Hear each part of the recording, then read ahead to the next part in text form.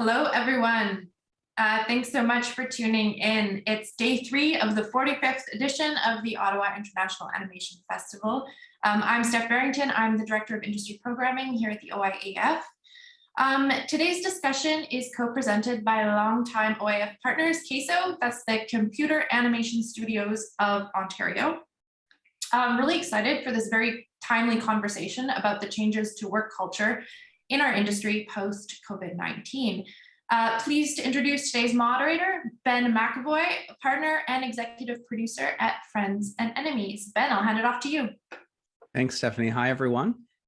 Really excited to be back at Ottawa in my basement. It's always a different experience when you have to talk to your screen and hope your kids don't run through the background, which is why I have this lovely background behind me. I'd like to welcome our panelists and all the attendees to the session. Hopefully it's fun and valuable information. We've got a really great series of questions with some really interesting perspectives that'll be brought to the table by our panelists today. I'll do a quick setup here, and then I'm going to introduce our panelists. We'll just jump right in. So I'm working with CASO on behalf of Friends and Enemies, and we have been actually running a series of conversations throughout the course of the year, and it happens that we've been invited to speak at Ottawa in the course of those conversations around what we've been calling the creative future. Ontario's creative industry has become a respected hub globally, we'd like to think, producing enormous amounts of world-class content across styles and techniques for audiences on different platforms around the world. The competition is fierce and change can come quickly. We need to future-proof our current success and generate greater growth and opportunity for the industry at all levels by building a common, proactive outlook for the future of Ontario's creative sector. So how do studios stay competitive, and what are the new opportunities for small studios or artists to get into the game and to explore new opportunities, if it's in technology or if it's in IP? We'd like to explore those, and we're covering a lot of topics. Today, we're going to talk about the future of talent and the future of creativity. The COVID pandemic has pretty obviously changed how we do things across everything. I've got my mask here at my desk just in case, which is how much it's changed my personal life. What we want to explore today is how it's changed the way and where we work, but not just COVID post-pandemic or mid-fourth wave pandemic or whatever part of this pandemic we are currently in. The pandemic has accelerated and it's pivoted a lot of the historical trends that have been happening in the industry leading up to 2020. And I think today's conversation, we're going to look at how do things look in general when it comes to talent in animation sector, largely Ontario, because this is an Ontario organization, but even globally, as well as where do we think it's going to go and what are the opportunities and risks? From hybrid studios to workforces scattered across the country, studios and talent have adapted in ways that are both exciting and challenging for us all. Join this diverse panel of voices as we explore the shifting work and culture models that are arising post-COVID, including massive cultural shifts that may ever change how we create amazing animation and VFX in Ontario and in the world. I'm going to turn over introductions, and I'd just like to let our panelists say hi and give us a quick background as to who they are so we can get a bit of context, and then we'll jump right in. So Aisha, why don't we start with you? Thanks so much, Ben, and thanks for having me on the panel. My name's Aisha Galli. I'm an independent animator here in Toronto, so-called Toronto. I've been working in animation since I graduated in 2016 from Sheridan College. I've worked as a storyboard artist and a director on both TV and feature film, and I've also had the chance to teach both at Sheridan and for the Toronto Animated Image Society. And I'm currently in production on my own independent film. Thanks. Fantastic. I'm going to ask Raja next. Hey everybody, and thanks Ben for hosting us today. I'm Raja Khanna. I'm the CEO of Dark Slope, which is if I sit up straight, you can see my logo. It's a spatial computing and metaverse company. We actually started in the gaming kind of world and location-based entertainment world, and have migrated towards animation and effects and production generally of television programming in the non-scripted world, but using animation. So it's lots to talk about. It's been an exciting time for virtual production and for game engine-based production, and keen to dig into it on this panel. And I'm going to lastly, but not leastly, ask Ricardo to say hello. Thanks, Ben. My name's Ricardo Curtis. I am the owner and president of House of Cool. We're Toronto-based. We specialize in pre-production for features and series, story, concept, design, storyboard, editorial, that sort of stuff. We don't do production work at all. We're only front end. I am a creative director there as well. So I'm an artist by trade and businessman by necessity. Well said. And unfortunately, our fourth panelist wasn't able to join us today. I think there's a conflict that we weren't aware of, but we're going to roll forward with this wonderful crew and see where we head off. So we have representation from business owners and studio owners, both. Ricardo, with your pre-production and your focus in, I'm probably going to get land-based for, but more of a traditional kind of classic or legacy pipeline, let's say, in the industry. You've worked, I understand, in film and television for quite a long time. Raja, with Dark Slope, you guys are maybe more reflective of where new technologies are emerging with real time and with spatial computing and new exciting technologies. No doubt, Ricardo, you guys also incorporate new exciting technologies. And then Aisha, you're bringing an interesting perspective for us on this panel with regards to the artist perspective, as well as an independent filmmaker, and your experience being almost on the ground floor of the studio versus a floor up or above. So let's talk about where we are. And I've got a couple of starting points here, but I'll preamble with previous to the pandemic itself. It was an interesting time in Ontario animation and VFX, where it seemed like we were going through quite a heyday of a lot of opportunity, a lot of work. There was colleges who were graduating tons of artists. A lot of artists were starting to find work and stay steadily employed and moving between studios. No doubt there's technologies that were coming in that were starting to make people question if there's new opportunities to change. But for the most part, the trajectory seemed quite steadily moving in a positive direction, although I'm sure Ricardo and Raja and even Aisha, you may even have your own opinions as to how things were pre-pandemic. Of course, then as COVID hit, it changed the nature of how we work. A lot of artists were forced to go home and studios had to shut their doors temporarily so we could accommodate the health requirements. And then slowly, as we discussed in our last panel, we started opening back up and we started seeing new forms of business evolve, including things like hybridization, virtualization of production, introduction of new technologies. And we actually had some interesting conversations in our last talk. And if anyone's interested, by the way, the CASO Twitter feed does have that previous video, which is really great to see another group of interesting people talk about how their studios have adapted to the pandemic. But we started hearing a lot about how the nature of talent had changed. And what's interesting in our pre-conversation with this group was also how that accelerated some of the problems we've been facing when it comes to technology. I'm using my hands a lot. I'm starting to sit on them here. The problems and challenges that were prevalent probably before pandemic. And I'm kind of curious, Ricardo and Raja, on your perspective of the challenges that you're facing today, if they were something that you guys had before the COVID pandemic changed things for you, but also now that the pandemic seems to have sort of settled in and we're trying to work through what we hope is the ending of it, what we're now seeing as being the challenges. So I'm going to start with, and by the way, I should say, this isn't a panel focused strictly on challenges, but also on opportunities. So I'll try and weave those in. My first question will be to Ricardo. I want to ask you about what you feel are some of the key challenges that you're starting to see as a business owner and studio owner today, regardless of the pandemic, just the general kind of challenges that are out there in the industry for you. I think for most businesses in Ontario in particular, but Canada in general, it's the same thing. It's talent. there is just so much work out there currently, and not just busy work, like high quality work that just wasn't available years and decades ago.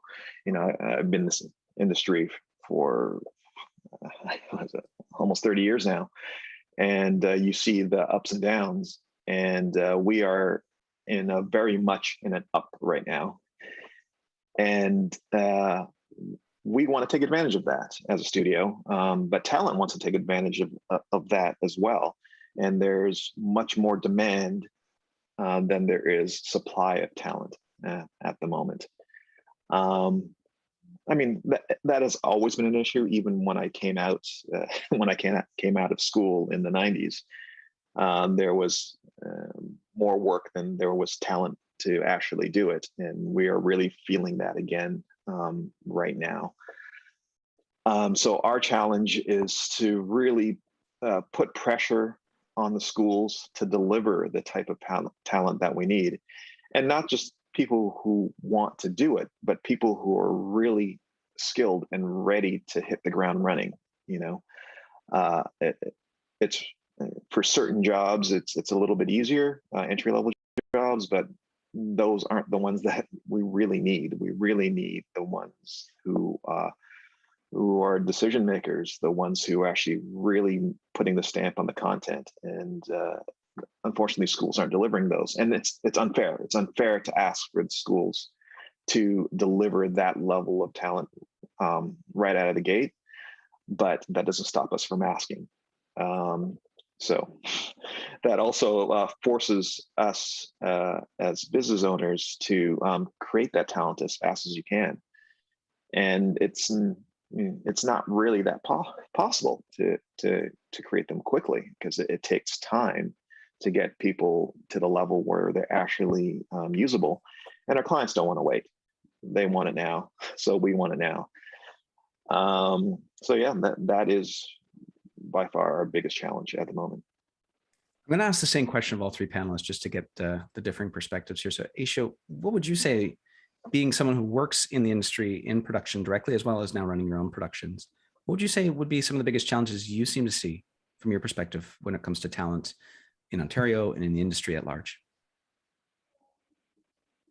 Yeah, so of course I don't have the same perspective as a business owner, so I don't get that full picture. But even when I was directing or working in the industry, I also felt that there was this sort of lack of talent as well. Like, I guess we're talking about lack of skilled artists.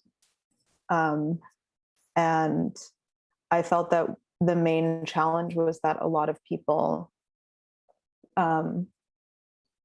were looking for work that didn't happen in Ontario. And I feel like that's maybe changed now because of the high quality work that's available now. But when I graduated, a lot of the work seemed to not be too appealing to people who were coming out of school, like people who I was teaching and my peers, my really high skilled peers. A lot of people were being drawn to the games industry, where there is so much cutting edge, exciting things going on, or drawn to bigger productions, more exciting productions in the States. And so when I was directing, I also felt that challenge of like finding people who saw, maybe I can put it this way, finding people who saw the production not just as like a job, but as something that they were going to commit to artistically and really put their all into. Like, I think there's this idea sometimes in people who work in the industry in Ontario specifically, that's what I can speak to, where it's a job and it's your 9 to 5 and you're doing it, but you don't really have that like passion that you might have if you were working on a passion project or working like on a bigger, more exciting production. So maybe I'll change my answer and I'll say, like, I think the biggest challenge was like the lack of, maybe the like desperation between whether the people working in the studios felt like artists or whether they felt like they were working in like an industry, in a trade, and they were doing a job as a trade or as an art form. And I think there's this tension that exists in Ontario specifically in that way, that seems to be challenging for anyone entering the industry or anyone wanting to stay here and make it better. It's an interesting perspective. And I'm kind of like, when you mentioned games, I also want to ask Raja, because I know you guys work in a fairly different sector. I'm curious about both current and even through and pre-pandemic, what kind of challenges you face, because you guys work in a fairly emerging field relative to maybe a more traditional animation pipeline. I don't think we have quite enough time for me to list all the challenges we faced resulting from this. We were primarily focused on location-based entertainment spectacles and theme park installations and big immersive VR and AR experiences, like warehouse scale experiences that we were creating, which you can imagine all just went away overnight with the pandemic. So there was plenty of challenges on the business side, and also on the talent side, like we're talking about, I think, but also on the technology side, quickly being forced into a global production pipeline for real-time, like virtual production, was quite a technical challenge. Now we've met that in quite a fantastic way, and it's armed us super well going forward. Now we've built all sorts of toolkits for things like remote directing of mocap actors and real-time pre-visualization, like all kinds of neat stuff that we've built into our pipeline as a result. But man, that was a challenge. But ultimately, we talked prior to this panel, but there's no question that the challenge facing us now, given the incredible demand in the industry, is talent. The same as everyone is saying here. I'd add to Aisha's point to say, for us, it's both on the pure artistry side, but also on the skilled technician side. So we need them both. And because we're a virtual production company, we're here talking about animation. We create animation and sort of mixed live action animation programs using a virtual production pipeline and game engines. We are competing for talent with everybody. We're competing with gaming companies first and foremost, making AAA titles for PlayStation. We're competing with VFX companies. We're competing with animation companies. We're competing with Facebook and Google sometimes. So it's very unique set of recruiting challenges, and not just recruiting, but training. And we touched on it earlier. So I'd say training, recruiting, and the tools. Although the tools one we've mostly solved. But training and recruiting are probably our two biggest challenges right now. And maybe I'm going to just start with that subject. I actually, my background, I used to work in the post-secondary field for about 15 years with some of the Ontario colleges. So very familiar with kind of the inner workings of the programs and how they're built and how they're run. And of course, the challenges they face in terms of responding to industry needs, which seems to have been dramatically accelerated. When I think Ricardo and Raja about what you guys have been describing here, and I know Raja, you're speaking about specialist skills and the need to have people who are maybe the demand for their skills is quite unique to what is already being trained, and the need is now versus waiting the kind of the I guess traditional cycle, which would be about 3 to 4 years for them to identify the need and then incorporate it to the curriculum and then change it. And then Ricardo, conversely, and maybe I'm putting words in your mouth, but what could you describe would be the challenge from the current state of training when it comes from the academic sector to your studio that's lacking, or the challenge not even of the lacking issue, but what is the problem?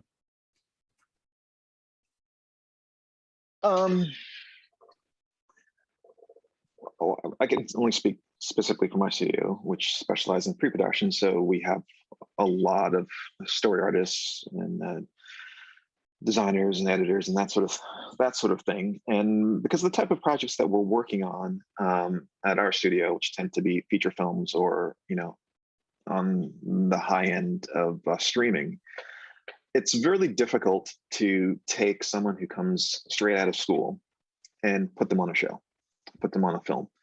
because they just don't have the skills for it yet. It's not because they lack the talent. Yeah, they'll get to the talent. And maybe if someone coming out of school is really fantastic, within 4, 5, 6 months, they maybe can grasp what it is we're asking them to do.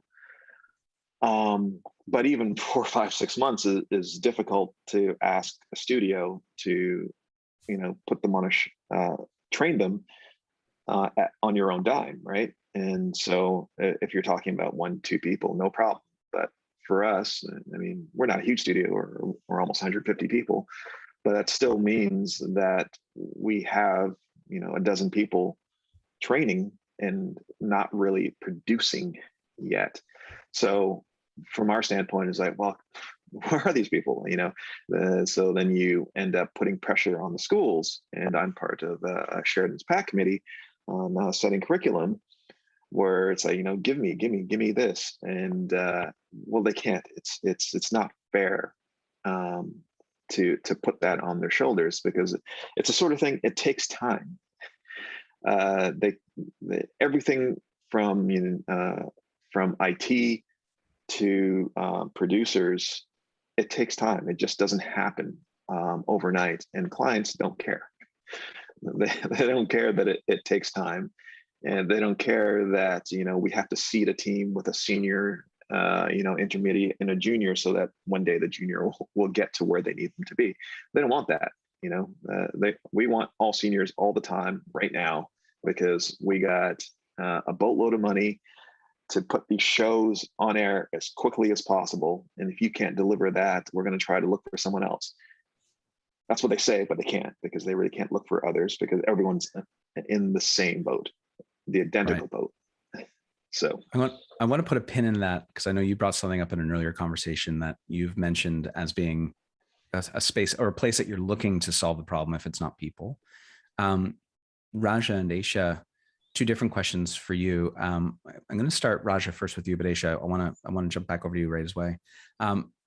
Do you have a similar issue as Ricardo, or is your issue a different issue? I know, you guys seem to have more of a specialist requirement. Is there something specific about the challenges that you're seeing when it comes to the training output when it comes to the schools that is specific to you guys? When it comes to the schools, yeah, sure. I mean, we're producing in a new way. It's a new type of pipeline, and it's actually opens up a new set of creative possibilities, right? A lot of us shows on our development slate now are things you haven't seen before, like like a Ready Player One stuff, where you're going from the real world into a virtual world, and having components in each places, and using LED screens and motion capture and green screens and game engines to kind of create different type of creative possibilities. So even something like storyboard artists and like just trying to conceptualize a show, those people need to have an understanding of what we're talking about. It's not a completely new set of skills, but it's an understanding that is really hard to teach actually in a classroom. This is where I'll kind of underline what Ricardo was saying. This comes from practical experience more than it comes from didactic learning. And so I think we have to, as an industry, create more opportunities for practical, clinical kind of training, on-the-job training. And so that's something I think we all need to talk about, and how do we create more of it. But and then in the very skilled technician side of thing, like we need game engine developers, like literally the same people Ubisoft is trying to hire to build their next big game. So it's very, very competitive. They're very getting very expensive, and so we need a more effective way to build up the next generation of those, and that is the schools can step up there. Until recently, there really wasn't a lot of places for people to train and learn this stuff. And I don't, like you said, the 3-4 year kind of pipeline to change curriculum, like Unreal Engine kind of appeared on the scene and is changing the way productions or so many productions are done, like kind of overnight. So we do have to respond to that and put the training programs in quickly at the university. So I am hopeful from what I'm hearing from folks like Sheridan X University, I guess we call them now, and others. I'm hopeful, but it's not that where it needs to be yet. And Aisha, sorry. When it comes to your experience and your perspective, how are you seeing the same challenge? Like, as someone who's on the other end of this in many ways, or at least you're probably closer to the people who are also on the other end, when it comes to opportunities and when it comes to the nature of what Ricardo and Raja are describing, it sounds like it's sort of a buyer's market right now when it comes to job opportunities because there's so much going on. Do you agree with that? Do you see anything that's unique or interesting that may be actually considered an opportunity for talent?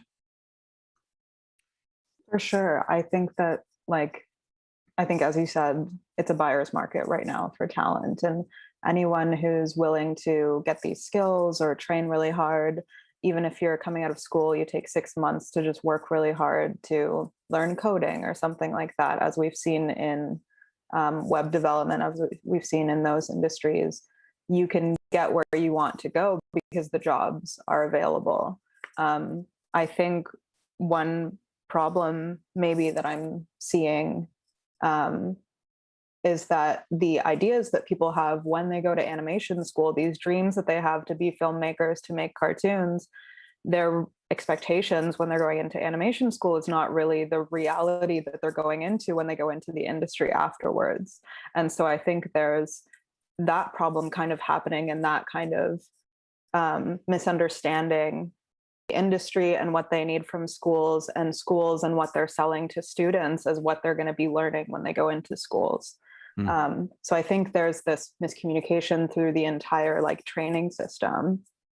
But yeah, in terms of people who want a job, which is of course the measure of health of an industry, there's plenty of jobs out there. And if people are willing, and if they have gracious studio hosts like the ones that we have here who are willing to train them, there's fantastic opportunities right now.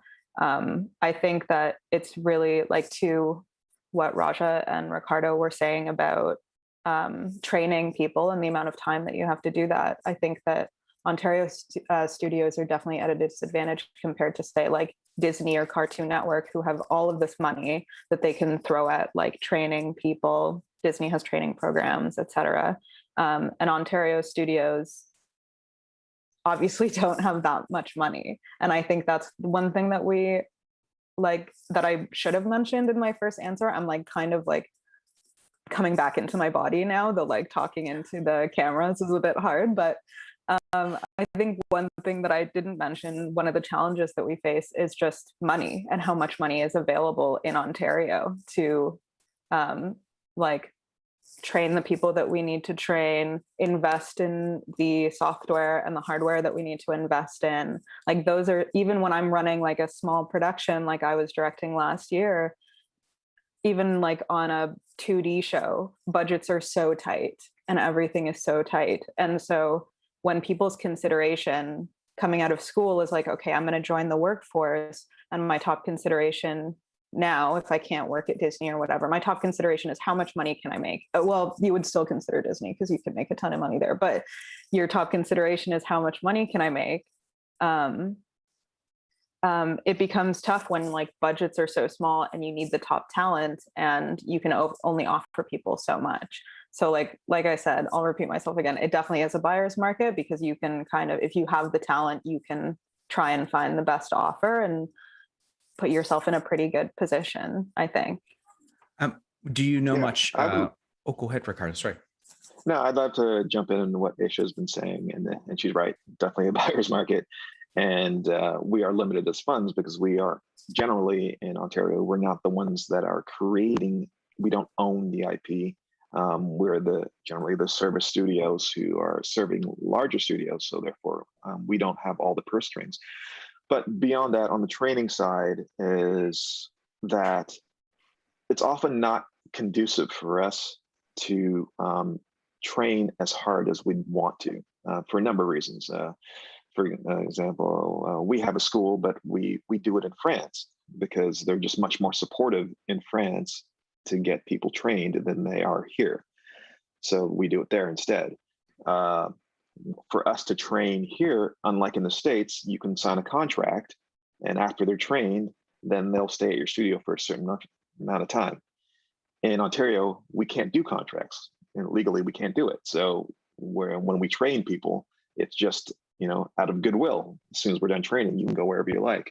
So it's not conducive for us to train as hard as we would like to. I'm going to pivot a little bit here and just move into two topics that may be related to this in terms of the solution to some of these pain points, and probably how the pandemic specifically has actually accelerated both of these.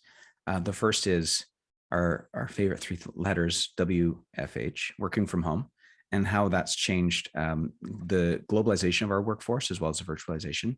And alongside that is the technologies that have evolved and changed in order to maybe support a hybrid and virtual workforce, and also maybe even technologies. And Raja, I'm kind of thinking towards where you operate, that replaces talent if that technology exists or will exist. And Ricardo, I know you made mention of something similar as well. If we don't have enough people here locally, well, there's really seems like there's two kind of obvious avenues that you guys are exploring. So maybe I'll start with you, Raja, just to get your thoughts here around the idea of the globalized workforce and how that's impacted your ability to run what your business, and or the technology impacts. How has that changed how you guys are able to do things, both in terms of reach as well as replacing talent? Yeah, so I mean, we are a startup. We've only been around for 3 years. Pre-pandemic, we were like 17 people, and now we're about 85. So all that growth happened during the pandemic.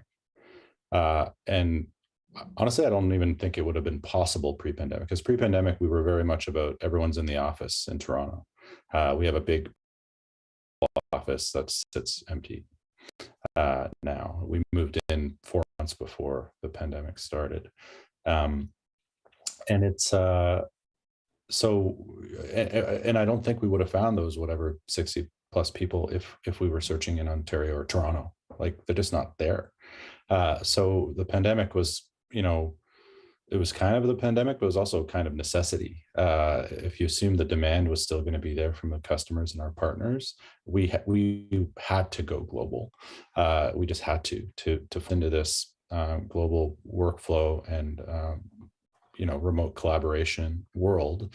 Quickly onboarded all sorts of tools to support that. I don't even know them all, but any employee at our company probably regularly uses 6 different tools for communication and planning and project management, and all those cloud tools that you have to kind of employ. And then in our actual production pipeline, we had to build tools that didn't exist. Like, we had directors in the US that wanted to direct mocap choreography in Toronto on our mocap stage, but they weren't allowed to fly here, or at least not without great difficulty. So we built a remote directing tool, because we had to, that gives them the ability to kind of, do live direction, and being able to see, rendered output in real time, while seeing actors on the stage and choreographing them. So it's a lot of tools came out of this. I'd say we're super proud of those tools. It makes us, I think, very competitive, and it's part. But man, I way prefer to be in person. Like, I'm not gonna BS you guys. Like, it's way better for creativity to be in a room. So we're, I'm struggling with this now and trying to figure out how do the genie's out of the bottle at Dark Slope. We are a global company. We're a remote company, period. There's no putting us back into being a Toronto company now, like based on what I just told you. So how do we reintroduce that FaceTime in a way that's, drives that creativity and collaboration the way I want to? So if we're saving money on office space, are we literally flying people to somewhere every month? Are we, how are we structuring the work, the way you work to kind of keep that element? I don't want to lose it. I'm not willing to lose it. So that's what I'd say off the top, but there's a lot in there. Yeah. As this is we have like 25 minutes left, and there's so many more kind of rabbit holes we could fall down. So I'm going to keep going around, but I may come back to some of those points, Raja. Ricardo, and then Aisha, I've got kind of similar questions for both of you.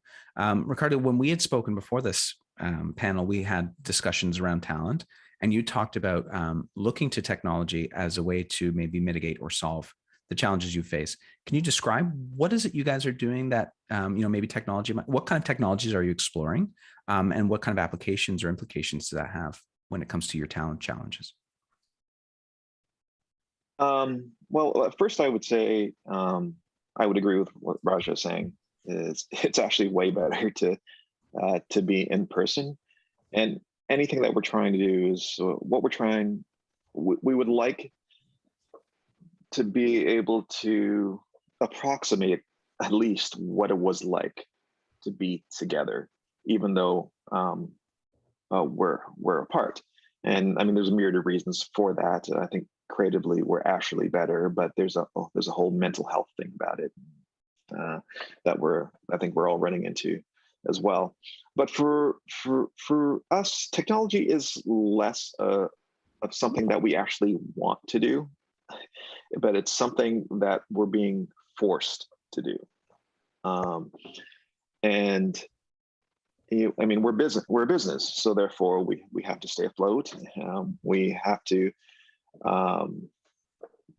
give our clients what they want, and in the way that they want it. And there are forces, right? So what are clients willing to pay? What does it cost to get the talent to do these jobs? And when we start running into that wall, it forces the business to look elsewhere for other solutions. And this isn't just animation or my studio in particular. It's all businesses that they have to do this. You have to look for other options or essentially die.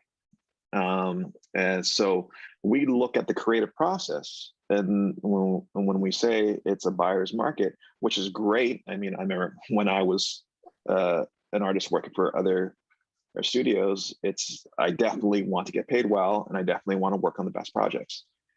And there's a lot of great projects out there, and a lot of studios, especially the large studios, are paying very, very well. So when you are a service studio that says that, well, if we can't attract the absolute best talent for a price that fits these budgets, now we have to look at traditional pipelines and say that, well, these traditional pipelines aren't going to work in the future. For us, we do a lot of storyboarding, and storyboarding really hasn't changed in 100 and some odd years. I'm sure we have Cintiqs and digital file systems and all those sort of things, but the way that we do it hasn't really changed. So therefore, we now have to look at other techniques. It says that, okay, how can we broaden what really qualified people can do and spread that amongst their talent amongst an entire feature or an entire series, instead of having to hire dozens and dozens of people? Can we do that with a handful of people? And while these technologies and pipelines don't exist yet, it forces us, the way that the industry is set up now, it forces us to look for it, and we will find it. I mean, I'm not saying House of Cool will find it. I'm saying the industry in general will find it. And my fear is, personally as an artist, that when that solution is found, it's going to hurt artists in general, and it's only going to leave room for the cream, and there's not going to be a lot of space for people who aren't at the very, very top.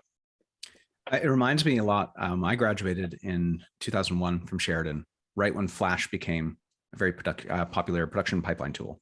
And I graduated traditional animation, and I remember seeing the change over the course of maybe 5 to 10 years, where Flash became the de facto tool, and then we have other competing products like Harmony, where entire teams were basically reduced to 2 people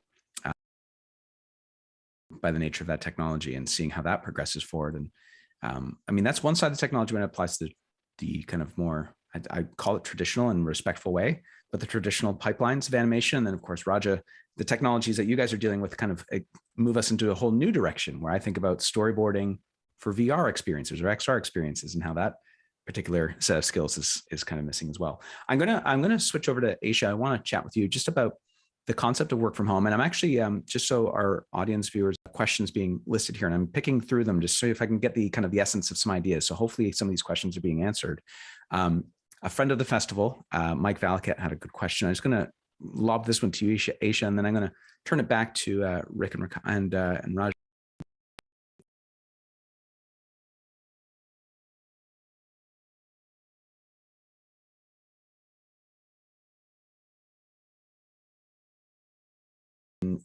That maybe have a higher volume of concentration of talent as well as places that don't, and the access to opportunities as well as the empowerment it's provided to say you don't have to work in Ontario, you could work elsewhere, which will then flip over to the others. So I'm just going to read Mike's lines verbatim really quickly here, but how has working from home empowered the talent pool?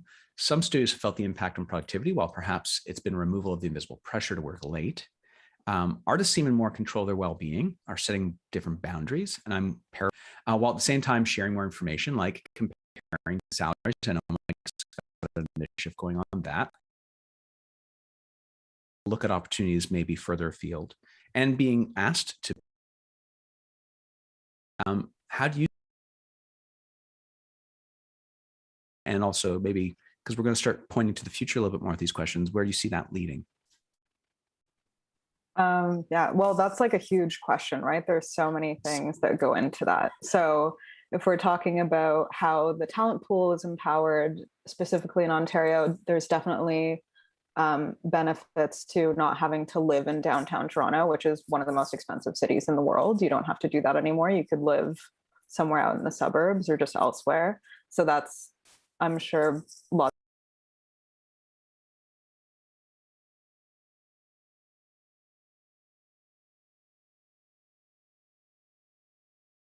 Empowering. I know, and I've heard from people who work in the States that it's a lot easier for US studios to get Canadian visas now because of what happened with the pandemic. So people have an easier time working from the States and still having all the benefits of living in Canada and having healthcare and all of those things. So I think it's, and also then you get paid in USD, which is also always a benefit, I'm sure. So I think in all those ways, it's empowering. I think there are options in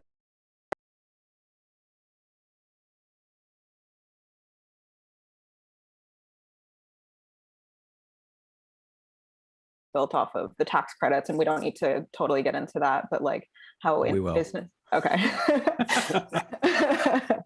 I wasn't sure if you wanted to go there. This is an Ottawa Festival panel. We're going to do the tax credits. All right. Yeah, because now if people don't have to live in Ontario to work in Ontario, but a lot of the benefits that we had in the Ontario animation industry were these tax credits that we had. It was a huge boon financially. So I'm not equipped to answer that.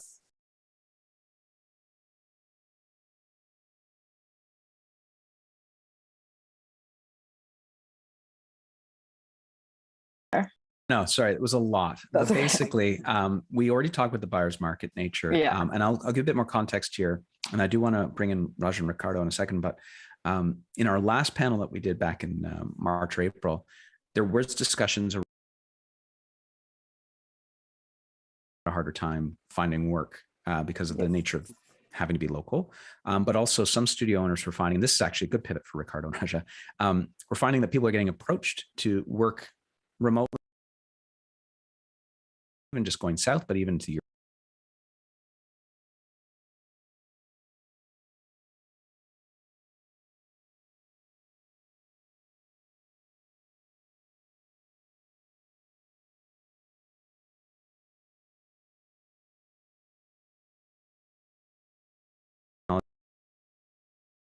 Remotely in multiple time zone differences. And so it created an empowerment for people to say, well, I don't need to be kind of constrained by the geographic boundaries of my opportunities. I can look globally now. And so it created that sense of agency. Right. You reminded me of something else that I wanted to touch on that relates to this question from what Ricardo and Raja said, which is talking about the lack of in-person, like how not being in person affects creativity, because from an artist perspective, I also feel that it is detrimental to our creative ability. Like, animation is a team sport, right? We all work together on it. And so not being able to be in a studio where you can be away from your life, be away from family, be away from everything, and just focus on your craft and focus on working out with other people. I think that's one way that artist agency has been affected, is that they can't have this work-life separation. They can't take that space and just focus in on their craft, which I already said. But yeah, I think that's like the only way that I can think that it is not healthy for the creativity of our industry to be working from home. I think in every other way, in terms of childcare, in terms of not having to live in the city, in terms of the opportunities that people now have for work, it's been hugely beneficial. Raja, I'm going to ask you the next question. As a business owner, and this, I'm going to start naming off the people because I'm actually reading questions now from the audience. Lola Zhang, when it comes to recruitment, knowing both you and Ricardo, and probably a lot of studio owners are in a similar position of, you're looking for the best of the best. And so you're trying to make sure you're finding the best locally, but knowing that those local folks could also pick up work in Arizona for all they care. Is this a legitimate concern for you? And if so, how are you competing? You know, I mean, Aisha talks about some artists want to work on, you know, and knowing, by the way, I personally think we have a lot of that going on already, and I'm very excited about that. But maybe an artist wants to move further away, and studios are now looking to be able to draw people in. How are you able to compete, or how are you trying to compete in that kind of environment? It's it's tough. I'd say obviously it gets easier as we get bigger and have more interesting projects. I think Ricardo said it earlier. People want to work on cool stuff, so we got to pay more than we ever planned on. That's just a sad reality. Not sad for the people we're hiring, but tougher on our margins. And because it hasn't translated yet into the buyer market or partner market. And then, of course, it screws up all of our tax credit math, all of it. And that's just a reality. Obviously, if we're hiring outside of the country in Ontario, which we are, because out of necessity, that's a thing. So I think it's having a profound impact. I think we got to rethink a lot of things. It kind of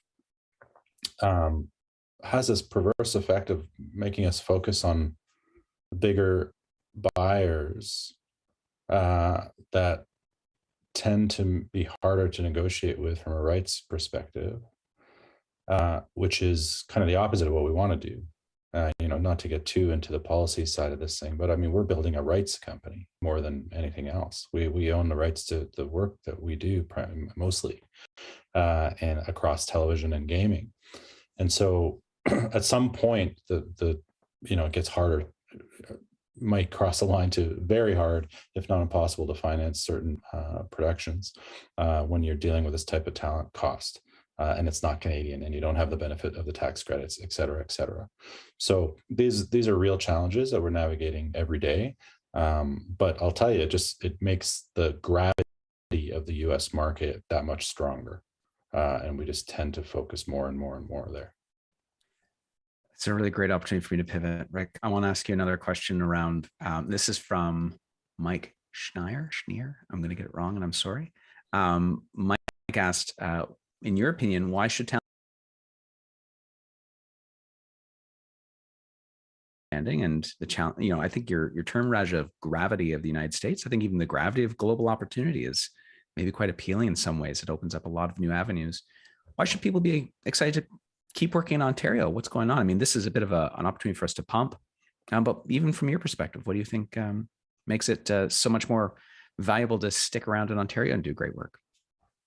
Yeah, I mean, it's actually a really great question. I mean, it's a question that everyone coming into this industry, especially coming from Ontario, has to ask.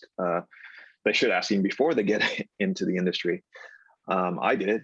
When I got out of when I graduated from Sheridan, I did work in Ontario a little bit, but I went to the States. I mean, I was in California and New York for almost 10 years. So that question for me was answered very easily, which was what I wanted to do did not happen in Ontario. There was none. So therefore, I had no choice. Now, a lot of that has changed. And this is one of the benefits from work from home, is that you can work anywhere. You can work anywhere on anything for anyone. And so there's a question, if I'm in Ontario, should I be working for someone in Ontario? I guess is really what the question is. And that question can only be answered by the type of person, talent that you actually want to be. If you're someone who can do work from home all the time, it doesn't matter. Work anywhere makes absolutely no difference to you. If you're someone who needs the artistic experience of actually being around other artists and work on an interesting project that you guys, that you find interesting, then yeah, you do need to look what's locally and how you can kind of make that work. See, I'm a little jaded on this right now because currently what's going on in the industry is very kind of mercenary-like. It's the, best project, most money. That's where I am. Best project, most money. That's where I am. And that's great. I totally understand and I totally get it. But this industry works in cycles. And we're at a very high cycle right now. 5 years from now, that could be very, very different. And the way that you're seen as a professional will determine what kind of jobs you get in the future. And if you are a straight up mercenary, as a business owner, we will see you as a mercenary. That means we can't build a business around you. I'm just going to pay you. And when you're done, you leave and you continue to be a mercenary for someone else. Now, if I'm looking at talent where it says, I can see this person long-term, therefore I can build a system around them. I can create projects that are well suited for them. I can build teams around them. Then, there's a benefit for me as a studio to do that, but then it becomes a benefit to the artist or whoever the talent is, that they in the long term can get things that are better than just finding the next job, which is good now but may not be great in the future. I think it's really compelling advice, Ricardo, for any of the artists who are listening in on this panel right now as well. As I think about when we use the term buyer's market, it's a little bit divisive or confrontational in terms of how we would view ourselves as a kind of cohesive whole in the industry. And, as much as being able to work anywhere around the world certainly has appeal. As someone who's been able to travel quite a lot in my career, there's certainly a lot to be said for stability and growth beyond just making good money. Great book for anyone out there called Drive by a man named Daniel Pink, who talks about what motivates us beyond money. And there's quite a lot. And I think even Aisha, you talk about the idea of artistic satisfaction as a key component as well. But the idea of being able to view yourself as someone who has the opportunity to grow in Ontario versus simply making a bunch of money wherever the money may be flying at you. We are running a little light on time here. I've tried to cover off some questions, but I want to leave with a question for each of you that will get us to the finish line. And it's a bit of an open-ended question, but hopefully you can keep it to 2 minutes. We've talked a lot about the challenges in Ontario and when it comes to talent as studio owners, and also some of the opportunities when it comes to what it's like to be talent and the nature of how the industry itself is changing and how production is changing and how everyone's responding both to solve problems as well as take advantage of opportunities. I'm most curious about, as an optimist eternally, what has you most excited in the next 2 to 3 years when it comes to not just animation and Ontario, but just in general with what you're doing? What do you think really gets you most eager to see, what's the most exciting thing for you coming up in the future? I'm going to start with you, Raja. Wow. I was on another talk earlier this week. We were talking about kids' business is down by whatever 30% in Ontario over the last couple of years. It was some headwinds. I mean, we have this advantage of having just started with this sort of new approach to technology. Everybody's favorite executive, Mark Zuckerberg, just said that Facebook is a metaverse company. I don't know what that means, but it's that I'm living in a very dynamic world of VR and immersive technology and spatial technology and new ways of creating content. For me, this is like pure adrenaline. I love every second of it. We're making shows that I can't wait to tell everyone about, like things that are just haven't been done before. And I alluded to it before with actors going in and out of, these types of virtual worlds and competing and doing things. And so I think creatively it's inspiring. Technically it's inspiring. The concept of being, some of the stuff we talked about remote work, even that stuff is starting to be solved by AR and VR technologies. And how can you feel real presence using technology? So I think we're living in the heyday of this technology, and it's going to change everything. That's my entrepreneurial tech guy talking. I believe that spatial computing is the next platform after mobile. And it's going to change entertainment, and it's going to change how we work. And it's, a lot of the things we talked about on this panel are going to be affected by this tech. So I'm pumped by absolutely everything, and I love it. The only we focus this whole talk on the one vampire in my life, which is recruiting. It's the only one. We still managed to grow quite a bit, but everything else is green lights. Finding the people is the hard one. And I think if we come together as an industry and get the schools really moving and build more paid internships and partnership with the universities and do that, we could solve that problem too. Then we can solve the tax credit problem later on a different panel. Okay. That's a whole, I'm getting comments in the threads here about we should extend this talk to 1 hour. So it's, I think, shows the depth of where we could go with this. Aisha, what would you say? And I'm kind of giving you guys an optimistic question, but feel free to pivot to doom and gloom if it makes you feel like it's a better answer. Raj's answer actually just made me an optimist, because me, I'm a broken record about having our own IP, Ontario having its own productions, all of us like having our own, really showing the talent that we have here in Ontario and like growing that brain trust. And I think that from what Raja's saying, there's an opportunity in VR to go that avenue and like make a lot of money that way, and then start reinvesting in our industry. And yeah, I wish we could extend the talk because there were so many things that people said that I wanted to respond to, but I will keep my answer short. Ricardo, do you think you can give us a lightning round on this? Yeah, sure. So my thing is that I'm still, highly excited about this industry. I love what I do. I love what this industry can do. And so for me, the most exciting thing of what's coming in the future is basically the killing of the gatekeepers. And what really holds us back, not just in Ontario, but anywhere basically outside of Hollywood, is that they are the gatekeepers. They determine what is good, what gets made, what gets financed. And technology, as well as just tastes of the general public, are changing, and changing very, very fast. It used to be terrestrial television and feature films. That was pretty much it.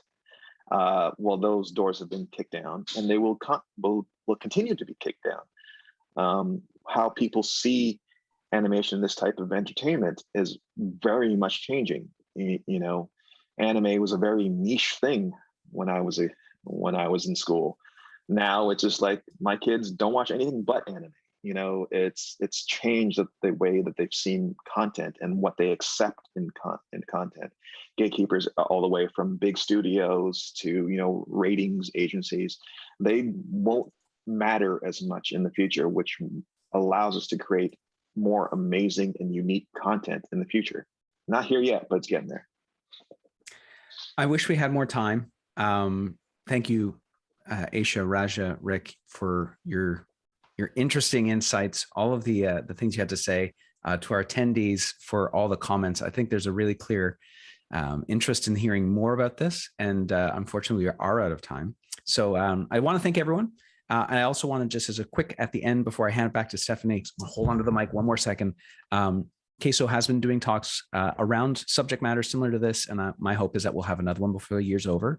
So please do, if you're not familiar with CASO, go find out who we are, and also just keep your ears open for more talks, and feel free to reach out to any of us through the chats on, I don't know what's called, Swapcard, in case you want to follow up the conversation further. Enjoy the rest of your festival and have a great day, everyone. Thanks so much, Ben, and all of our Thanks, speakers. everyone. It was a great Thank you. Thank Cheers. you. It's Ben, Aisha, Raja. Thank you. Yeah, thank you. Guys.